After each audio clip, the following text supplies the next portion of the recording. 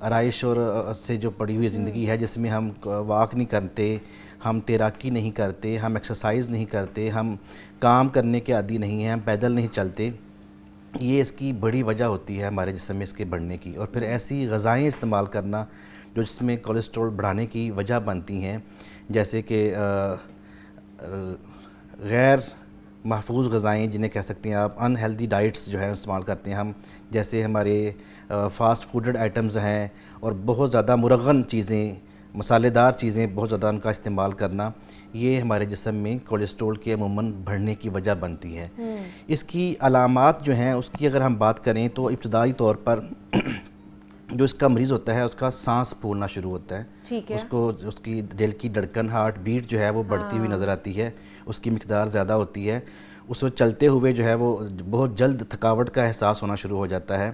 اور بڑھتے بڑھتے اس کی جو مقدار زیادہ بڑھ جاتی ہے تو پھر جسم میں یہ جگہ جگہ پہ سویلنگ بھی آ جاتی ہے. آپ کو اس کو جسم کو دبانے سے اس میں ایسے چھوڑتے ہیں تو اس میں آپ کو تھوڑا سا کڈے جو ہیں محسوس ہوتے ہیں، تو سویلنگ جو ہے وہ بڑھنا شروع ہو جاتی ہے. تو اس سے آگے بڑھ کے جو ہے پھر یہ ہائی بلڈ پریشر کی وجہ بنتا ہے. دل کو خون کو جب خون گاڑھا ہونا شروع ہوتا ہے اس کی وجہ سے تو دل کو پمپ کرنے میں مشکل آتی ہے. تو پھر ہائی بلڈ پریشر جسے بلند فشار خون ہم کہتے ہیں، اس کی وجہ یہی جو ہے چیز ہمارے جسم میں بڑھنا جو ہے یہ بنتی ہے. اور بیماریاں بھی تو ہے نا، دل کی بیماریاں بھی اتنی زیادہ دل کی بیماریاں، ہارٹ کے پیشنٹ کی وجہ ہی سٹارٹ ہی یہاں سے ہوتا ہے. جس کا کولیسٹرول بڑھتا ہے اسی کا بلڈ پریشر بڑھتا ہے، عموماً اسی کا جو یورک ایسڈ بڑھتا ہے اور اسی کو جو ہے آگے جا کے دل کے عارضے میں مبتلا ہونے کے چانسز ہوتے ہیں. ایون کہ فالج، اعصابی بیماریاں بھی، فالج بھی ہونے کا اس کو خدشہ ہوتا ہے. یوزلی کہا جاتا ہے کہ یہ ہماری جتنی بھی وینز ہیں نا اس میں جو چربی ہے وہ اکٹھی ہونا شروع ہو جاتی ہے. جی، چربی جیسا ہی مواد ہوتا ہے اور یہ جمنا شروع ہو جاتا ہے اور اس کی جو ہے وہ بلاکیج پیدا کرتا ہے، خون کے بہاؤ میں جو ہے نا یہ رکاوٹ پیدا کرتا ہے. تو ہمیں اس سے بچنے کے لیے اپنا طرز زندگی جو ہے اس کو بدلنے کی ضرورت ہے. ہم روزانہ طور پر ورزش کا اہتمام کریں، واک کریں، ایکسرسائز کریں، تیراکی کریں. ان چیزوں کو جو ہے وہ ہمیں زندگی میں شامل کرنا چاہیے. اور اس کی بڑھنے کی جو وجوہات میں سے سب سے بڑی جو وجوہات کامن ہیں وہ سگریٹ نوشی ہے ایک. اچھا ٹھیک ہے. اس کے بعد جو ہے وہ شراب نوشی ہے. اور اس طرح کی جو چیزیں ہیں جو ہمارے لیے نقصان دہ ہیں وہ بڑی وجہ بنتی ہیں ہمارے جسم میں اس کی بڑھنے کی، کولیسٹرول کی سطح بڑھانے میں. اچھا، اس میں اب ہمارے پاس کون سے ایسے دیسی نسخے ہیں جن کا استعمال کیا جا سکتا ہے؟ بیکاز ہر گھر میں مجھے لگتا ہے کہ ایک دو بندے کولیسٹرول کے پیشنٹ ہوتے ہیں. اب ان کو کیسے کنٹرول کرانا ہے ہم نے تاکہ یہ کولیسٹرول زیادہ نہ بڑھے اور اس کی وجہ سے بیماریاں نہ ہوں؟ تو اس کے لیے کیا چیزیں ہیں ہمارے پاس؟ اس میں بہت جو آسان یا گھریلو ٹوٹکے کہہ لیں یا ریمیڈی کہہ لیں جو ہم گھر میں بنا سکتے ہیں، ان میں دو طرح کی چیزیں میں بتانے کے لیے آج جو ہے نا اپنے پاس لایا ہوں. ایک تو نسخہ قلب کے نام سے نا بہت مشہور جو ہے وہ اسلامی طب کا نسخہ ہے، جس میں ہم نے 1 کپ جو ہے وہ لیمن کا رس، 1 کپ جو ہے وہ لہسن کا نکالا ہوا پانی اس کا رس، اور 1 کپ جو ہے وہ ادرک کے پانی کا جو ہے رس ہوتا ہے. یہ 3 ہم وزن جو ہے تینوں ایک مقدار میں لے کر اس میں ہم نے 1 کپ ہی جو ہے وہ سیب کا سرکہ ڈال دینا ہے. یہ 4 چیزیں ہوں گی. ان کو پکنے کے لیے ہلکی آنچ پہ رکھ دیں. جب یہ تقریباً 20 منٹ تک 25 منٹ تک پکنے کے بعد یہ 4 کپ جو مقدار تھی یہ کم ہو کے 3 کپ رہ جائے گی. ٹھیک ہے. جب یہ 3 کپ رہ جائے اس کو اتار کے ٹھنڈا کر لیں اور اس میں اتنی ہی مقدار شہد ڈال لیں. یہ بہت آسان ریمیڈی ہے، ہر کوئی گھر میں بنا سکتا ہے. اور یہ نہ صرف کولیسٹرول کے لیے بلکہ یورک ایسڈ کے لیے اور دل کی جو شریانیں بند ہوتی ہیں ان کے لیے یہ انتہائی مجرب، انتہائی مفید نسخہ ہے. ہم نے بہت سے پیشنٹس کو دیتے ہیں تو ان کو ضرورت نہیں پڑتی جو ہے نا وہ اوپن ہارٹ سرجری کروانے کی یا اسٹنٹ وغیرہ ڈالنے کی. دل سے جو مقدار جو ہے نا اس کی کولیسٹرول کی مقدار کو خارج کرتا ہے اور جو شریانیں بند ہوتی ہیں، بلاکیج ہوتی ہے، ان کی یہ صفائی کر دیتا ہے. اچھا، اس میں آپ نے بتایا کہ 4 کپ ہم نے پانی لینا ہے. جی، 4 کپ پانی، 1 کپ جو ہے وہ لیمن کا رس، 1 کپ جو ہے وہ ادرک کا رس، 1 کپ جو ہے وہ ہم نے لینا ہے لہسن کا رس. ٹھیک ہے، مطلب اس میں پانی نہیں جانا؟ پانی نہیں جانا. ٹھیک ہے، اس میں صرف یہ رس ہی جانے. جی ٹھیک ہے. اور 4 کپ کو پکانے کے لیے رکھ دینا ہے. ٹھیک ہے. جب یہ 3 کپ رہ جائے 20 منٹ 25 منٹ پکنے کے بعد ہلکی آنچ پہ 3 کپ رہ جائے گا تو اس کو اتار کے ٹھنڈا کر لینا ہے اور اس میں اتنی ہی مقدار 3 کپ جو ہے وہ شہد کا استعمال کر لینا ہے. شہد کا استعمال. اور اس کو بعد میں صبح نہار منہ 2 جو ہے وہ ٹیبل سپون لے لینا ہے انشاءاللہ. چند دن کے استعمال سے آپ دیکھیں گے کہ کولیسٹرول جو ہے اس کی مقدار نیچے آنا شروع ہو جائے گی. اچھا یہ بنا کے ہم رکھ سکتے ہیں, یہ سیرم کی فارم بن جائے گا؟ یہ 8-10 دن جو ہے وہ نکال جاتا ہے. اس میں اگر ہم پریزرور نہ ڈالیں تو یہ 8-10 دن جو ہے نکال جاتا ہے, اور اتنی ہی مقدار دوبارہ بعد میں تیار کر لی جائے. اچھا مطلب یہ ایک سیرپ کی ٹائپ بن جائے گا, اور اس کو آپ 8-10 دن رکھ سکتے ہیں یہ, اور صبح اٹھتے نہار منہ آپ نے 2 چمچ لینا ہے؟ جی 2 چمچ لینا ہے. تو انشاءاللہ اس سے چند دنوں میں دیکھیں گے کہ پیشنٹ کی رنگت بدلنا شروع ہو جائے گی, بہتر ہونا شروع ہو جائے گی, اس کا سانس پھولنے کا جو مسئلہ ہے وہ بہتر ہونا شروع ہو جائے گا, اور اس کو چلنے میں جو دقت محسوس ہو رہی ہے, بلاکیج ہے, وہ بھی بہتر ہونا شروع ہو جائے گی. اچھا یہ شوگر پیشنٹس کے جو شوگر پیشنٹ کو اگر شہد کو, جی شوگر پیشنٹ جو ہے وہ شہد کا استعمال اگر سمجھتے ہیں کہ کرنے سے ان کی شوگر بڑھتی ہے تو وہ شہد نہ ڈالیں, باقی چیزیں کر سکتے ہیں استعمال وہ. اچھا باقی چیزوں کا استعمال وہ کر سکتے ہیں, اندر وہ شہد کا استعمال نہ کریں. شہد کا استعمال نہ کریں وہ. اور ایسے ہی ایک بہت آسان سا نسخہ جو ہے وہ ہم ساتھ لے کے آئے ہیں بنانے کے لیے. 3 چیزیں ہیں اس میں, اور یہ آسانی سے گھر میں بن سکتی ہیں. جی 1 تولہ جو ہے مصبر لینا ہے ہم نے. مصبت جی ٹھیک ہے, بڑی کامن چیز ہے, آسانی سے ہر پنساری سے مل جاتی ہے. 1 تولہ لینی ہے, 1 تولہ وہ لینی ہے. سونا تو اتنا مہنگا ہو گیا, آپ نے کیا تولہ لینی ہے؟ جی وہ 1 تولہ اتنا مہنگا ہے, یہ بہت سستا سا ہے, یہ اتنا مہنگا نہیں ہے. اور 1 تولہ ہم نے سرنجا شیریں لینی ہے. سرنجا شیریں بھی بڑی سستی سے کامن سی چیز ہے, آسانی سے ہر پنسار سے مل جاتی ہے, اور یہ اس کے بہت سے فائدے ہیں, لیکن اس مسئلے میں بھی بہت مفید ہے یہ. اور 1 تولہ ہی ہم نے جو ہے وہ جسے ہم زنجبیل کہتے ہیں, ادرک جو ڈرائی ہوتا ہے اس کو ہم نے لینا ہے. سونڈ جسے کہتے ہیں سونڈ, جی تو اس کو ہم نے لینا ہے. ان تینوں کو 1-1 تولہ لے کے تو اس کا پاؤڈر کر لینا ہے. جب یہ پاؤڈر بن جائے تو اس کو ہم نے ایلو ویرا کا جو گودا ہوتا ہے اس میں مکس کر کے تو اس کی چنے کی مقدار کی گولیاں بنا لینی ہیں. اچھا ٹھیک ہے, اس کا گودا نکال کے اتنا سا کہ یہ اس سے تھوڑا ہارڈ فارم میں ہمارا جو ہے نا وہ تیار ہو جائے, اور اس کی جیسے آٹا نہیں گوندا ہوا ہوتا ہے جس سے روٹیاں بن سکتی ہیں, تو اس کی ٹیبلٹ گولیاں جو ہیں وہ گولائی میں چنے کی مقدار کی بننا شروع ہو جائیں تو اس کی گولیاں بنا لینی ہیں. 1 گولی صبح, 1 گولی شام کو استعمال کرنی ہے. صرف 7 دن کے استعمال سے پیشنٹ دوبارہ اپنا چیک اپ کرائیں گے تو انشاءاللہ الرحمن ان کا کولیسٹرول ان کے جو لیول تھا اس سے بہت نیچے آ چکا ہوگا. اچھا ٹھیک ہے, صرف یہ گولیاں کھانے سے؟ جی یہ گولیاں کھانے سے. ٹھیک ہے. اچھا ایک کالر بھی ہیں, ہم کالر سے بھی بات کر لیتے ہیں. محمد حنیف ہیں, ان سے بات کرتے ہیں. السلام علیکم. وعلیکم السلام. جی حنیف صاحب کیا پوچھنا چاہیں گے؟ جی میں نے یہ حکیم صاحب سے پوچھنا تھا کہ میری وائف ہے نا, ان کے کسٹمر کیس ہونے کی وجہ سے جو فارم میں بہت درد رہتا ہے. کس چیز کا مسئلہ ہے؟ کسٹرول تیز رہتا ہے جی, کسٹرول کی وجہ سے اس کے پاؤں میں بہت درد ہوتا ہے. کولیسٹرول کا مسئلہ ہے, ٹھیک ہے. اور گھٹنوں میں درد ہوتا ہے اس وجہ سے؟ جی پاؤں میں. ٹھیک ہے, جسم میں درد ہوتا ہے. اچھا ٹخنوں میں درد ہوتا ہے, ٹھیک ہے. چلے اس کے حوالے سے جو ہے حکیم صاحب بتا دیتے ہیں. ان کی وائف ہیں, ان کو کولیسٹرول کا مسئلہ ہے اور ٹخنوں میں درد رہتا ہے, مطلب پاؤں میں درد رہتا ہے. ٹخنوں میں, پاؤں میں, ایڑی میں درد کی عموماً وجہ کولیسٹرول کے ساتھ جس بندے کا یورک ایسڈ بڑا ہو عموماً ان کو درد ہوتا ہے یہ والا. اوکے ٹھیک ہے. اور عموماً جن لوگوں کا کولیسٹرول بڑا ہو ان کا یورک ایسڈ بھی بڑا ہوتا ہے. تو یہ جو نسخہ ہم نے لکھوایا ہے ابھی 3 چیزیں, مصبر, سنڈ اور جو ہے نا وہ سرنجا شیریں, یہ ان دونوں پہ کام کرتا ہے. یورک ایسڈ کو بھی کنٹرول کرتا ہے اور کولیسٹرول کو بھی جو ہے وہ کنٹرول کرتا ہے. اور سرنجا شیریں جو ہے یہ بیسکلی ہوتا ہی پین کے لیے ہے, کہ جو اس کی ویسے پین ہوتی ہے یورک ایسڈ کے بڑھنے سے, کولیسٹرول کے بڑھنے سے جسم میں, یہ اسے کنٹرول کرنے کے لیے ہوتا ہے. اصل میں یہ پین کلر ہی ہے سرنجا شیریں جو ہے, یہ ایسی ہرب ہے جو ہر قسم کے پین میں ریلیف دیتی ہے.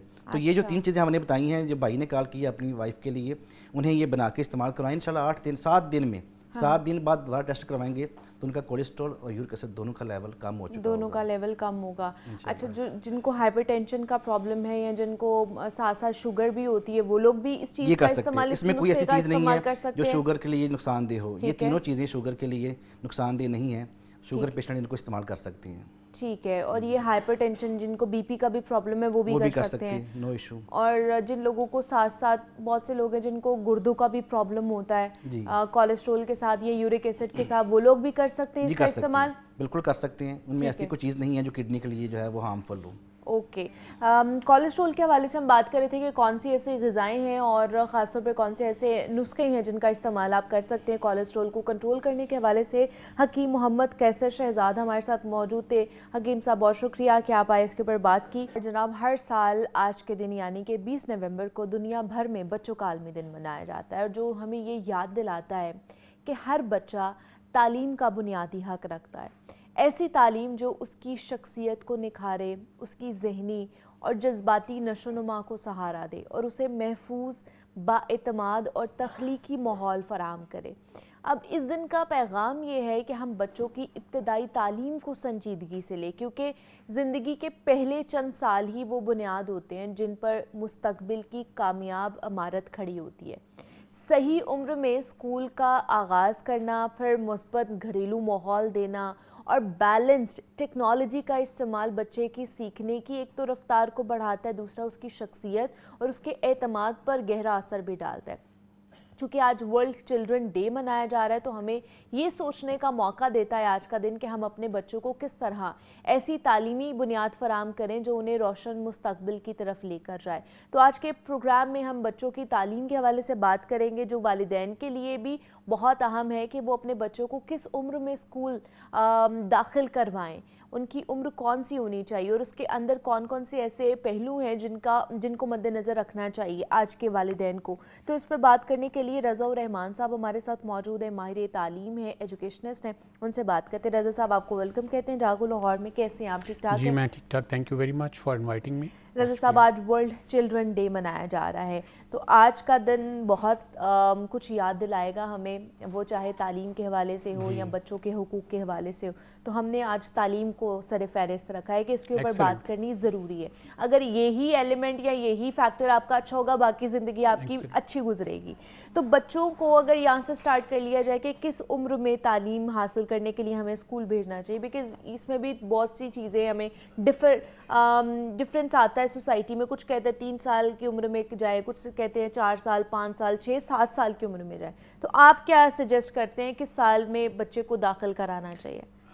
سب سے پہلے تو جی شکریہ آپ سب کی پوری ٹیم کا۔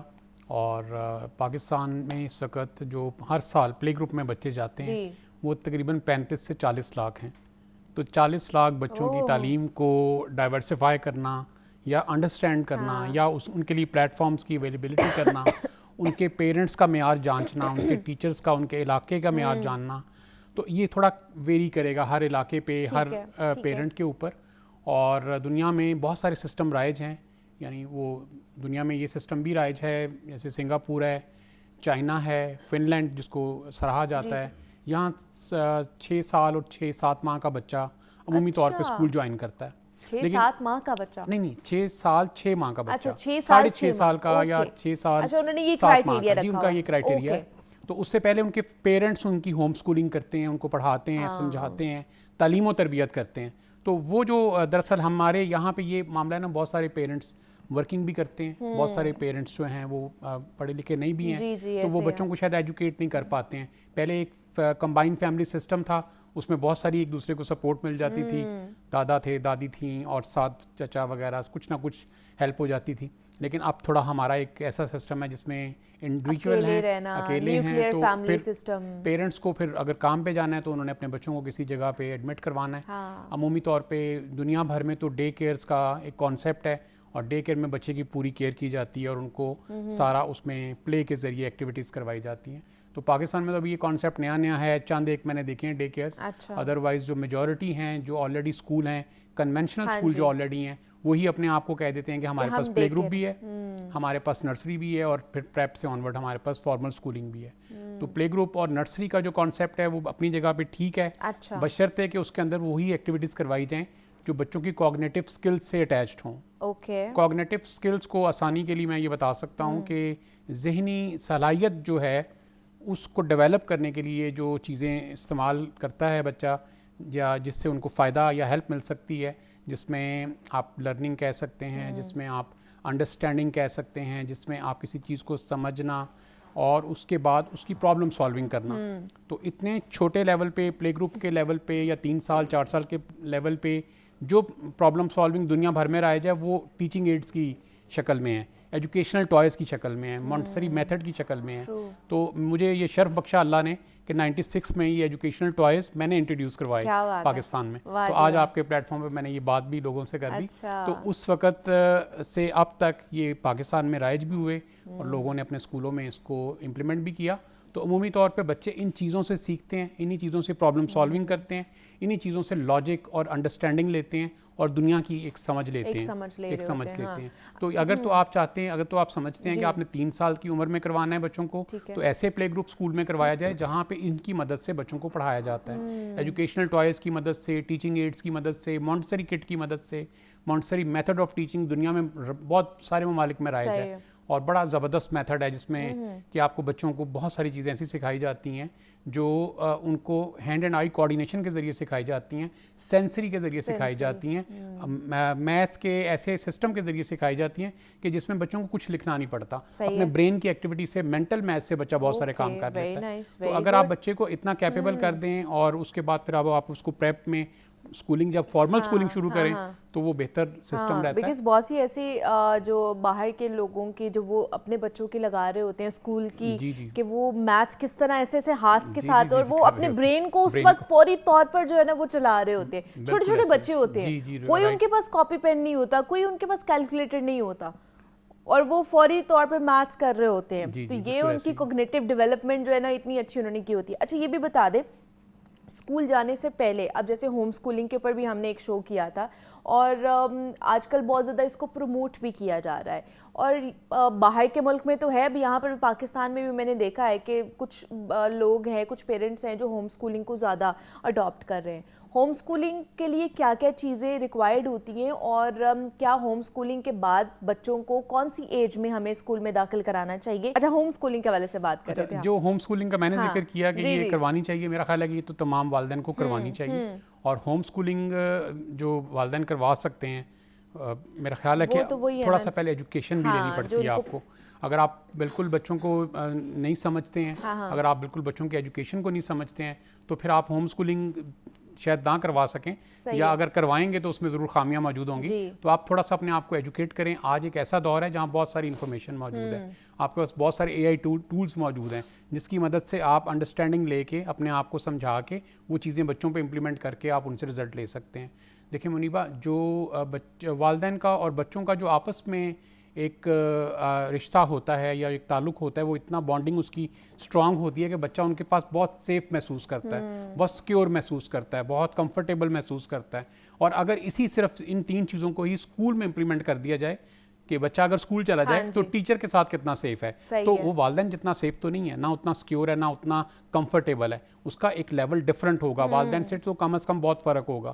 اسی طرح جب وہ اپنے ایک پورے اسکول کی کلاس میں یا کلب میں جاتا ہے تو وہاں پہ ایک بچہ تو نہیں, وہاں تو 15 بچے ہیں, 20 بچے ہیں, 30 بچے ہیں, اور یہ بھی نہیں ہوتا کہ سارے بچے 3 سال کے ہیں, کوئی 3.5 سال کا ہے, کوئی 4 سال کا ہے, کسی کی ہائٹ کم ہے, کسی کی ہائٹ بہت زیادہ ہے, کوئی ذرا ڈرانے والا بچہ ہے, کوئی ڈرنے والا بچہ ہے. تو پھر آپ کو اس وقت یہ ہوتا ہے کہ بچے ایک دوسرے کو وہ بھی کرتے ہیں, سنپ بھی کرتے ہیں اور ڈراتے بھی ہیں. اور ٹیچر بھی بعض اوقات ایسے ہوتے ہیں جو اپنے اسکول کے رولز کی خلاف ورزی کر لیتے ہیں اور بچوں کو بھی ڈانٹ دیتے ہیں. تو اس سے جو بچے کے اندر ایک چیز ڈیولپ ہو جاتی ہے, ایک چیز پیدا ہو جاتی ہے, ڈر اور خوف پیدا ہو جاتا ہے, وہ اس کی آنے والی لائف میں بہت زیادہ نمایاں نظر آتا ہے. دیکھیں ہمارا دین اسلام بھی ہمیں یہی کہتا ہے کہ آپ بچوں کو 7 سال کی تک نا والدین اپنے ساتھ اٹیچ رکھیں, ان کی تعلیم و تربیت کا خیال, ان کے معاملات کا, ان کو انڈرسٹینڈنگ دینے کا, ان کو لاجکس کلیئر کرنے کا, یہ ساری ذمہ داری والدین کو دی گئی ہے.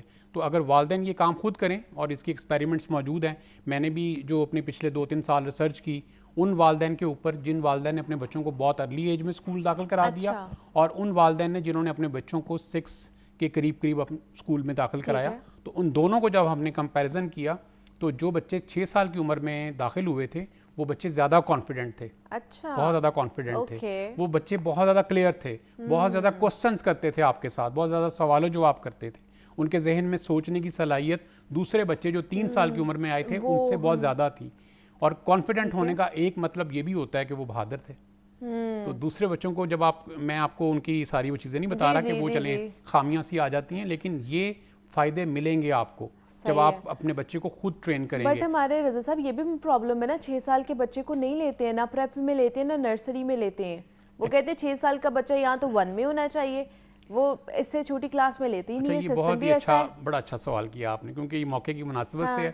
یہ پرابلم بیسیکلی, اب یہ جو پرابلم ہے 6 سال میں نہ لینا, یہ اسکول کی پرابلم نہیں ہے, یہ ہمارے کریکولم ڈیولپمنٹ اتھارٹی اس کی پرابلم ہے. اس نے کریکولم ایسا ڈیولپ کر دیا ہے کہ 6 سال کی عمر میں بچہ جب 1 میں آئے تو اس کو جملہ لکھنا آتا ہو. تو اگر آپ ایک بچے کو چاہتے ہیں کہ وہ فریز لکھ لے یا جملہ لکھ لے تو اس کے لیے اس کو پچھلے جو پروسیس ہیں وہ پورے کرنے پڑیں گے. اس کو پہلے ورڈ بنانا سیکھنا ہے, جملے سے پہلے وہ اس کو ورڈ آنا چاہیے, اور ورڈ سے پہلے اسے الفاظ آنے چاہیے, اس کی ساؤنڈز آنی چاہیے. تو یہ 3-4 سٹیپ کرنے کے بعد وہ جملہ بنائے گا نا. تو یہ ہماری کریکولم اتھارٹی ابھی 9th کا سلیبس کٹ شارٹ کروایا ہے. ابھی ان کے آگے دوبارہ ہاتھ جوڑیں, برائے کرم آپ 1 سے آنورڈ جتنا بھی کریکولم ہے اس کو دوبارہ ریویو کریں اور اس کو آج کے بچوں کے مطابقت سے بنائیں. آج کا بچہ اتنا زیادہ ٹائم نہیں دے سکتا آپ کو کہ وہ 40 منٹ کا ایک پیریڈ اپنی کتاب کے اوپر فوکس کر کے کرے. اس کو ڈائیورسیفائڈ آپ انفارمیشن دیں. تو یہ آج بھی اپنے پلیٹ فارم کے تھرو, اپنے شو کے تھرو ہم نے بات کی ہے کہ جناب جس طرح آپ نے 9th کا سلیبس تھوڑا سا کم کیا ہے, ویسے ہی جو پچھلی کلاسز ہیں 1 گریڈ سے آنورڈ ہیں ان کے بھی سلیبس کے اوپر تھوڑی سی نظر ثانی کریں, ان کو بھی کم کرنے کی کوشش کریں. وہ بھی بہت زیادہ ہے بچوں کی انٹلیکچوئل کے حساب سے اگر دیکھا جائے تو. آج ورلڈ چلڈرن ڈے منایا جا رہا تھا, اس حوالے سے ہم نے بات کی ہے. رضا صاحب ہمارے ساتھ موجود تھے. رضا صاحب بہت شکریہ آپ کے وقت کا, آپ آئے. بریک لیتے ہیں, ملتے ہیں اس بریک کے بعد.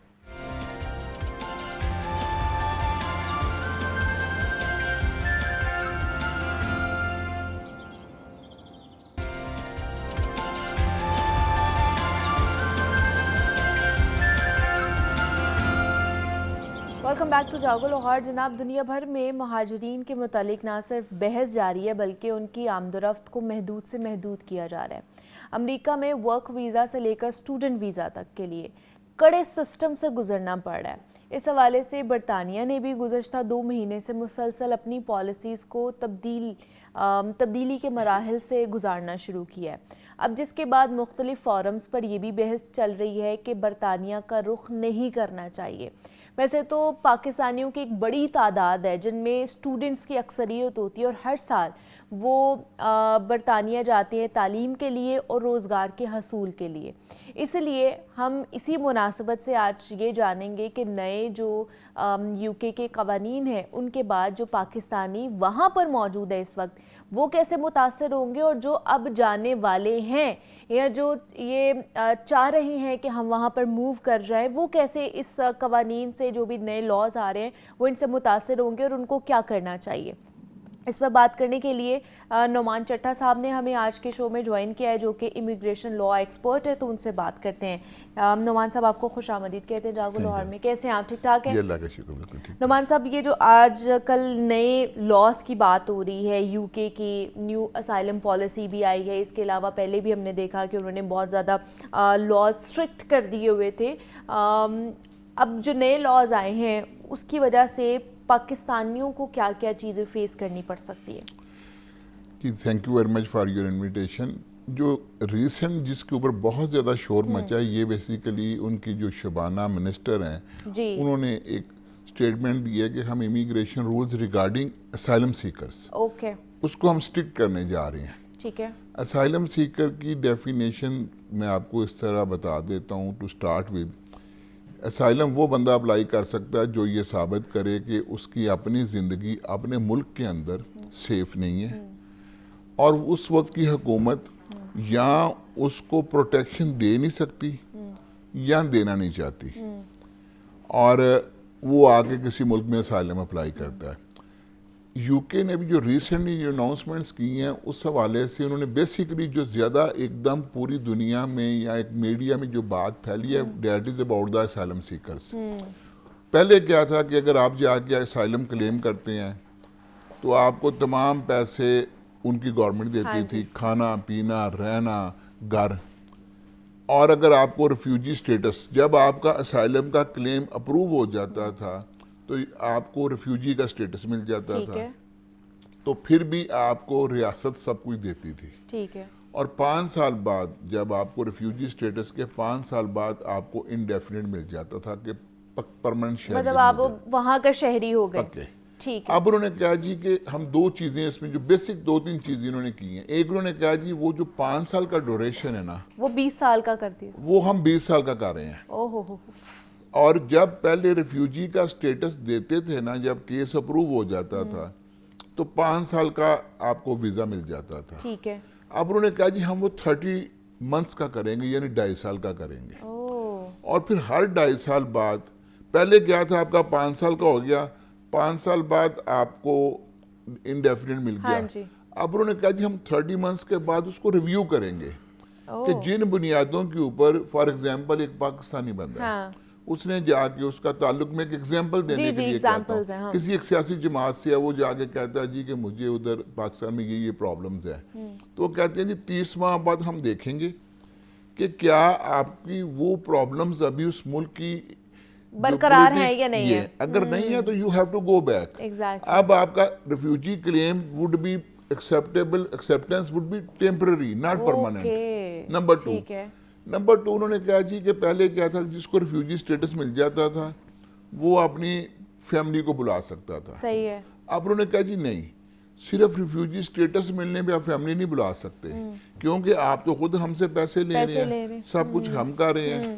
دوسرا انہوں نے ایک نیا روٹ نکالا ریفیوجیز کے لیے، protective work and education route, کہ اگر آپ کو ریفیوجی سٹیٹس مل گیا ہے، اگر آپ ہمارے پاس بیٹھے رہیں گے، ہم سے پیسے لیتے رہیں گے، 5 سال بعد انڈیفینٹ لے لیں گے، پھر بھی ہم سے پیسے لیتے رہیں گے، پھر ہم سے وہ آپ اپنے فیملی کو بھی بلا لیں گے، اس طرح نہیں چلے گا۔ ٹھیک ہے، اگر آپ کو ریفیوجی سٹیٹس مل بھی گیا ہے، آپ اگر آپ you are a young person, education کی طرف آئیں، اگر آپ ایجوکیٹڈ جو گرون اپ پرسن ہیں، جاب کی طرف آئیں۔ 20 سال کا انہوں نے کہا جی کہ 20 سال would be the final one, لیکن اگر اس دوران آپ بینیفٹس لینا چھوڑ دیتے ہیں، آپ سوسائٹی کے لیے بینیفیشل ہو جاتے ہیں، کام کرنا شروع کر دیتے ہیں، تو ہم آپ کا یہ روٹ پوائنٹس بنا رہے ہیں کہ ہم ابھی یہ انہوں نے پورا سٹرکچر ڈیفائن نہیں کیا کہ ہم وہ جو پہلے آئیں گے، جو جن کو پہلے ملے گا وہ کیسے ملے گا، لیکن basically it's about the refugees, ٹھیک ہے، اور اسائلم سیکر، جنہوں نے اسائلم سیک کرنا ہے ان کے لیے، لیکن آلریڈی جنہوں نے، جو اگر پاکستانیوں کی بات کر لی جائے، جنہوں نے آلریڈی وہاں پر لے لیا ہوا ہے اسائلم، بہت سارے اسٹوڈنٹس ہیں جنہوں نے اسائلم وہاں پہ کلیم کیا ہوا ہے، اور بڑی تعداد ہے وہاں پر پاکستانی اسٹوڈنٹس کی، ان کے اوپر بھی یہی پالیسی لاگو ہوتی ہے یا جو نئے والے جائیں گے ان کے اوپر ہوگی؟ Very good question. ابھی اس کے بارے میں ایمبیگوٹی ہے ابھی، because they have not finalised the policy. ابھی انہوں نے ایک اسٹیٹمنٹ دی ہے ہاؤس آف کامنز میں، ٹھیک ہے جی، اب اس کو امپلیمنٹ کرنے کے لیے آبویسلی ان کو کوئی بل پاس کرنے کی ضرورت نہیں ہے، اس کے اوپر ڈیبیٹ چل رہی ہے۔ کچھ لوگ کہتے ہیں جو پارلیمنٹ میں بل لانا پڑے گا، کچھ کہتے ہیں نہیں امیگریشن رولز کی سمپل تبدیلی کافی ہے۔ ابھی یہ ایک پوائنٹ ابھی ریز ہوا ہے کہ جنہوں نے آلریڈی کیا ہوا ہے، will that be applicable to those who have already claim the asylum, یا جو نئے جائیں گے۔ جنرلی یہ ہوتا ہے کہ جب رول بنتا ہے وہ نئے لوگوں پہ اپلائی ہوتا ہے، لیکن یہ دیکھنا پڑے گا یٹ ٹو سی کہ وہ جو آلریڈی اسائلم انہوں نے لیا ہوا ہے ان پہ اپلائی ہوتا ہے کہ نہیں ہوتا۔ لیکن اس کے علاوہ جو باقی روٹس ہیں امیگریشن کے، جب آپ ورک ویزے پہ جاتے ہیں باقی کیٹیگریز بھی، تو اس کے لیے 20 سال کا نہیں ہے۔ جنرلی جو میڈیا کے اندر نیوز جاری ہے کہ یو کے نے 20 سال ہر کسی کے لیے کاٹ لیا، سو دس از ناٹ دا کیس۔ یہ صرف اسائلمز کے لیے ہے جو وہاں پر جا کے لے رہے ہیں۔ تو ابھی کی کیا صورتحال ہے جب یہ ساری چیزیں دیکھیں کہ اتنی زیادہ پالیسیز چینج ہو رہی ہے، مطلب ہفتے بعد ہی چینج ہو جاتی، مہینے بعد ہی یہ ساری پالیسیز چینج ہو رہی ہیں، تو اب جو بچے ہمیں دیکھ رہے ہیں، جو پیرنٹس دیکھ رہے ہیں، وہ چاہ رہے ہیں ہمارے بچے باہر چلے جائیں یا پھر یو کے جانا چاہ رہے ہیں، ان کو جانا چاہیے، یہ رخ کرنا چاہیے یو کے کا کہ ابھی نہیں کرنا چاہیے؟ دیکھیں اب نا یہ ڈیپینڈ کرتا ہے کہ آپ کی پرائرٹیز کیا ہیں۔ ٹھیک ہے، ایک آنیسٹ اوپینین یہ ہے کہ اگر تو آپ اپنے بچے کو اسٹوڈنٹ ویزے پہ بھیج رہے ہیں اور آپ چاہتے ہیں کہ وہ پڑھے نہ اور پیسے کمائے، تو that would be a difficult route genuine student کے لیے۔ جو بچہ جینونلی پڑھنا چاہ رہا ہے، جو جا کے پڑھے گا، ادھر ڈگری کرے گا، اس آگے ورک ویزے کی طرف جائے گا، سو دیر از این آپشن فار ان کے لیے ہو سکتا ہے۔ ٹھیک،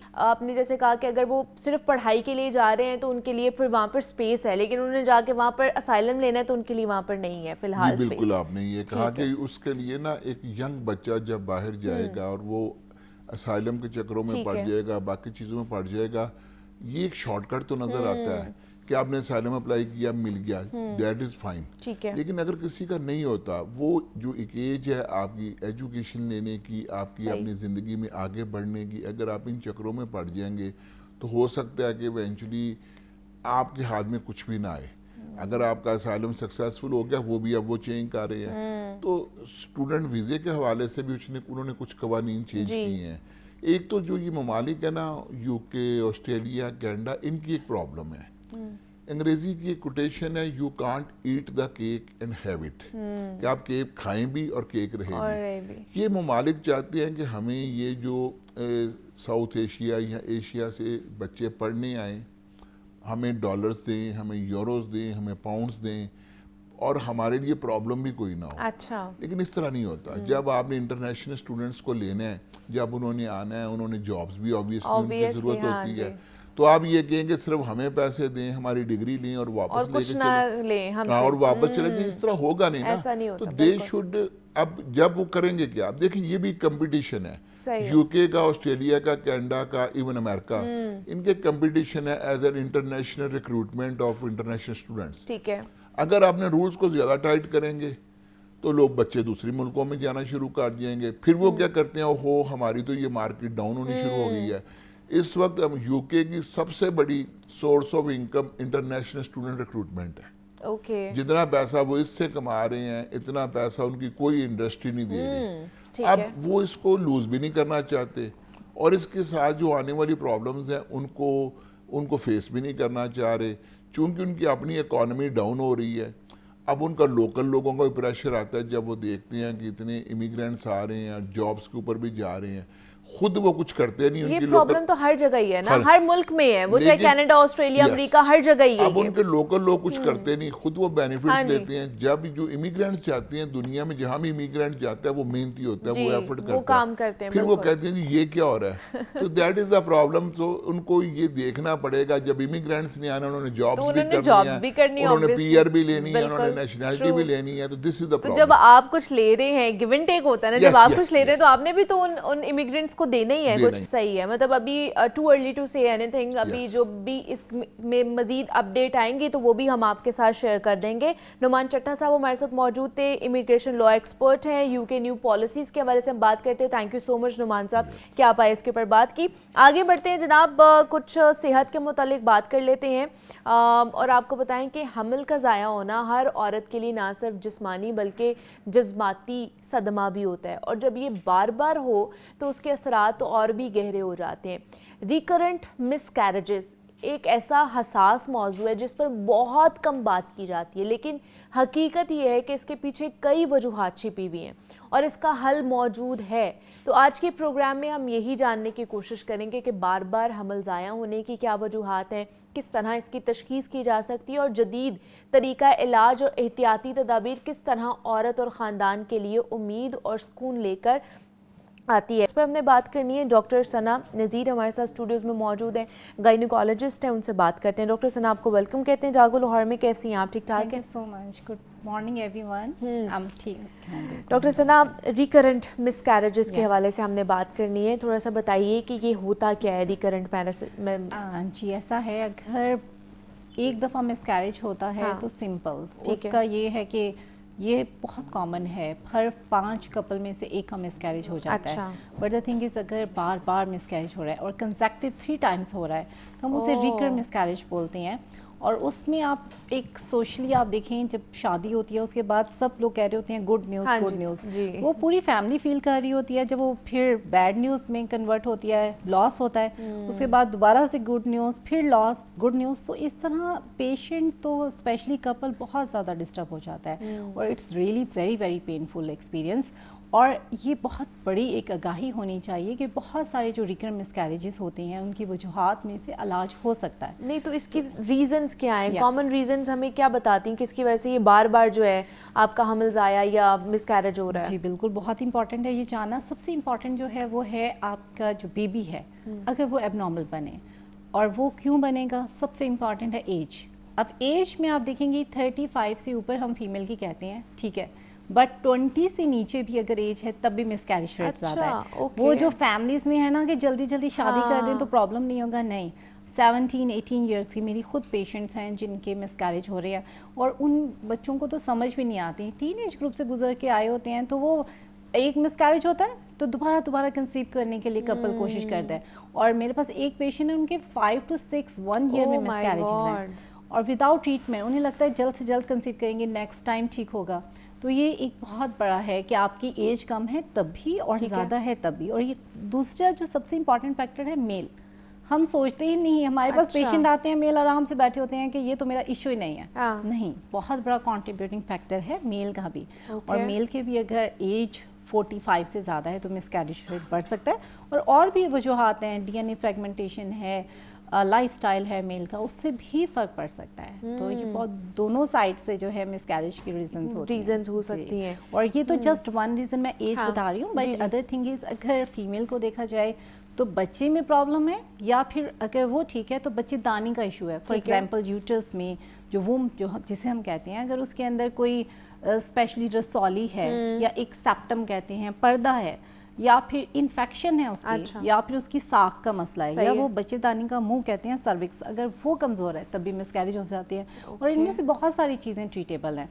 یہ تو ایک سیکنڈ فیکٹر لے لیں. لیکن جو تھرڈ جو میں ہمیشہ کہتی ہوں, life style, junk food, weight gain ہونا ہارمونل امبیلنس لاتا ہے. وہ ہارمونل امبیلنس میں پی سی او اور تھائرائیڈ کا ایشو بڑھتا جا رہا ہے. اور اس کی وجہ سے بھی تھائرائیڈ اور پی سی اوز کی وجہ سے بھی ہارمونل امبیلنس ہوتا ہے. اور تھائرائیڈ کا تو میل میں بھی اگر ایشو ہو تو آپ کے جو ہے اس کی وجہ سے بھی مسکیریجز ہو جاتے ہیں. اچھا, اسٹریس لیول بھی اگر خاتون کا بڑا ہوا ہو, دین اگر وہ بہت زیادہ کام بھی کری, اس کی وجہ سے بھی مسکیریج ہو سکتے ہیں. ایکچولی کام کرنا یہ تو نہیں ہم کہتے کبھی کہ آپ 9 month اگر ہے تو آپ لیٹے رہو, نہیں, آپ کا بلڈ فلو پوری باڈی کا بڑھنا چاہیے.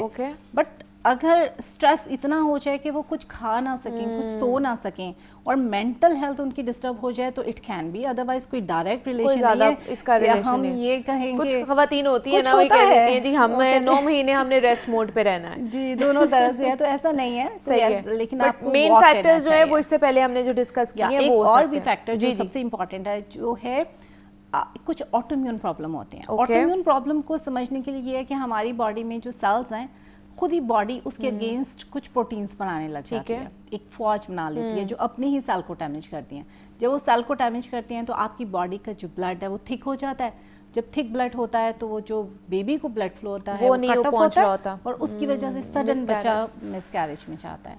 تو یہ سب ریزنز ہیں, اور اس میں سے سب سے گڈ نیوز ہے کہ آپ کے بہت سارے ٹریٹیبل کازز ہیں, اور جو ٹریٹیبل نہیں ہیں, 3 مسکیریجز ہو چکے ہیں, تب بھی ایویڈنس بتاتے ہیں کہ تب بھی 60% چانسز ہیں. اگر آپ کو نہیں پتا, کوئی وجہ بھی نہیں پتا چلی, تب بھی آپ انہیں ٹینڈر ایک لونگ کیئر دیں, انہیں کاؤنسلنگ کریں, پازیٹیو پوری فیملی اور ڈاکٹر ان کے ساتھ انگیج رہیں, تو 60% چانسز ہیں کہ ہیلدی بیبی, کہ آپ کا ہیلدی بیبی ہو سکتا ہے اور آپ دوبارہ سے کنسیو کر سکتے ہیں. اور ہیلدی امپورٹنٹ ہے ہر پیشنٹ کو جاننا. اچھا, اس ٹریٹمنٹ کے اوپر بات کرتے ہیں. اس سے پہلے جیسے آپ نے بات کی کہ اگر آپ کے ریکرنٹ مسکیریجز ہو رہے ہیں تو اس کے لیے کوئی ٹیسٹ بھی ہمیں کروانے چاہیے. جی بالکل, بیسک ٹیسٹ تو آپ نے کروانے ہیں. ہارمونل جو ٹیسٹ ہیں اس میں ایف ایس ایچ ہے, ایل ایچ ہے, اور آپ کا تھائرائیڈ لیول ہے, یہ سب تو پرولیکٹن یہ آپ نے کروانا ہے. اس کے ساتھ آپ نے الٹرا ساؤنڈ کروانا ہے کہ یوٹرس کا کوئی پرابلم ہے یا نہیں ہے. پھر اگر اس پہ سسپیکٹ آپ کرتے ہو کہ کوئی یوٹرس کے اندر کی انسائڈ کوئی پرابلم ہے تو آپ ہسٹروسکوپی کیمرہ ڈال کے دیکھ سکتے ہیں. اچھا, یعنی اگر یوٹرس کا پرابلم ہے تو اس طرح ڈیل ہو سکتا ہے. اب آ گیا جینیٹک پرابلم. جینیٹک میں یہی ہے کہ اوائڈ کریں بیفور 20 years ایج میرج, 35 کے بعد پریگننسی تھوڑا سا جلدی کر لیں. اس کے علاوہ اگر جینیٹک پرابلم ہیں تو ان کے لیے اب جو میں آئی وی ایف کرتی ہوں تو ہم لوگوں کا کیا ہوتا ہے کہ ہم آئی وی ایف کر کے وہ جو بیبیز بنتے ہیں ان کو دیکھ لیتے ہیں, ان کا سیل لے لیتے ہیں آؤٹر سرفیس سے, اور ان کو دیکھتے ہیں کہ کوئی جینیٹک پرابلم ہے یا نہیں ہے. اسے پی جی ٹی کہتے ہیں, پری امپلانٹیشن جینیٹک.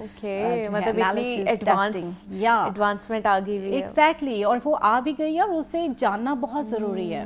تو یہ مطلب اس سے پتہ چل جاتا ہے کہ آپ کا بیبی ہیلدی ہے, کوئی ابنارملٹی تو نہیں ہے. بیبی ہی رکھتے ہیں نا, صحیح ہے, تو وہ ایک طرح کا سائیکولوجیکل ٹراما نہیں ہوتا بھی نہیں ہوتا ہے. صحیح ہے. اچھا, دوسرا یہ بھی ہمیں بتا دیں کہ اگر ایک دفعہ مسکیریج ہوا ہے, 2 دفعہ مسکیریج ہوا ہے, اس کے بعد کتنا ٹائم پیریڈ ہونا چاہیے کنسیو کرنے کے لیے جو کہ ایک ہیلدی وے میں بھی ہو اور مسکیریج ہونے کے چانسز بہت کم ہو جائیں. سب سے امپورٹنٹ آپ نے ہسٹری کمپلیٹ, آپ کی ہسٹری لی جائے, آپ کا ایگزامینیشن کیا جائے, آپ کے سب رسک فیکٹرز کو دیکھا جائے. نمبر 1, اگر آپ انڈر ویٹ ہو